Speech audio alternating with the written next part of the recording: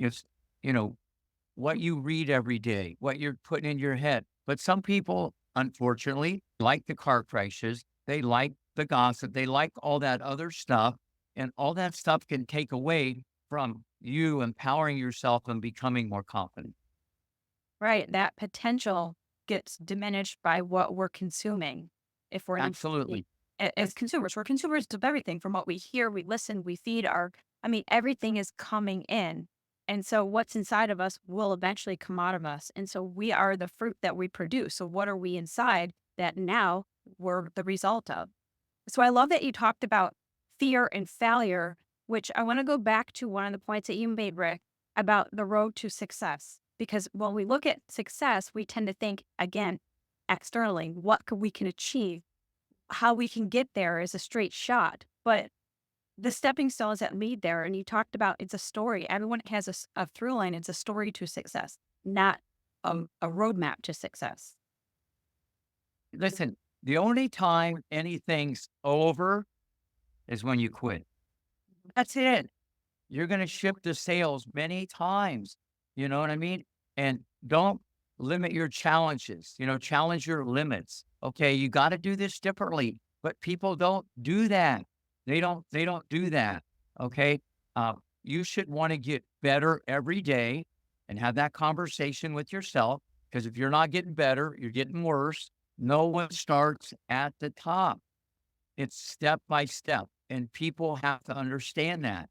Sure, some people maybe have a little better academically, or they're better this and that, but that doesn't mean that can't be you. If you're persistent and you don't give up, the only time it's over is when you quit. But people don't look at it that way. When they fail or they get the door closed on them, they feel unconfident, and then they can start going the other way and they just stay in their little comfort zone.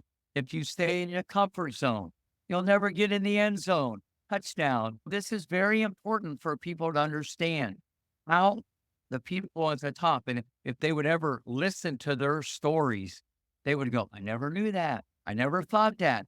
That's amazing. They would never think of the journey that they took. They didn't have maybe a mom or a dad. They didn't have money, didn't have this. They didn't have opportunity. We've seen it the other way. Everybody has everything and they don't do anything with it. You got to work at it every day. This is very important for anybody to understand.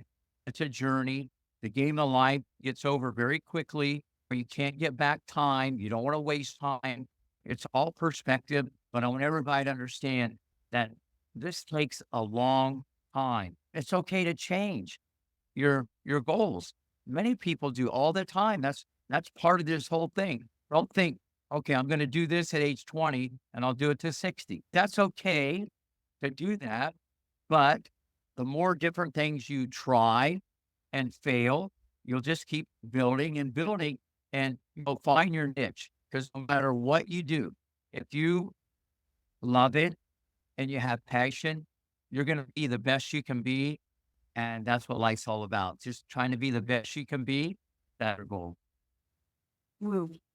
Great advice. And Dr. Niv, what would you love to add to that? Because we talk about personal and professional success and how that success, again, isn't linear. And just because we could see somebody else succeed, we don't know the journey and the struggle that led behind there. So, what were some of the points that you might want to add to what Rick shared, but also some of the context that's in the book? Yeah, no, I think personal success is very, very individualized. They were always trying to fight against the cookie cutter person, the cookie cutter world, because we're in this routine that nobody else really questions. And then that routine makes us so average. We never ever focus on what we can do and how we can achieve and how we can contribute to the world. And we have to really focus on ourselves. So what is that one unique thing that we have? It's like this game, like go to this school and this college and achieve these scores and do this and go to this profession and it's just this cookie cutter role, but it doesn't really accentuate who we are. We don't look inside and say, there's something really unique about us. I think that's a very important thing to do is that self reflection. We all have trouble. We all have to go through obstacles and things like that. But when we realize what our passion is, and I always tell people, the one way you realize that is when you do it without getting paid. You know, you love it. during it at night. Nobody's telling you to do it, and you just love it. This is something that I figured out, like day after day. I was just studying mental strength and thoughts and patterns. I was like, how is it that we can program computers and we can't program our mind? I love that. You don't have to tell me. I'll do it for hours, and I'll listen to it. I still listen to it every day. Listen to podcasts all day long on YouTube because that's really is my passion. When you find your passion, it can be anything, and you can't look back. Nobody can stop you. That is the truth. And being one with yourself is the most important.